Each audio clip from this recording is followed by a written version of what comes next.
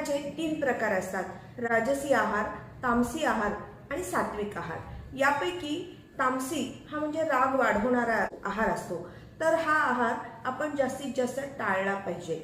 तर तामसी प्रकार कोणते असतात? तर जास्त चमचमीत, तेलकट, तळलेले, तिखट, शिळे अशा प्रकारचे जर अन्न आपण खात असू तर थोडंसं लक्ष द्यायला हवं आपण की असा आहार आपला राग वाढवणारा असतो।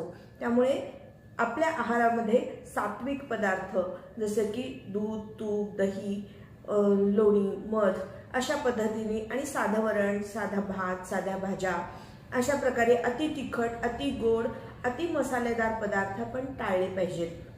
आणि आपला आहार जितका शक्य आहे तितका जर आपण सात्विक ठेवला तर आपल्या स्वभावामध्ये सुद्धा सात्विकता येते आणि हळूहळू आपल्याला आपल्या या रागावरती नियंत्रण ठेवणं सोपं जातं।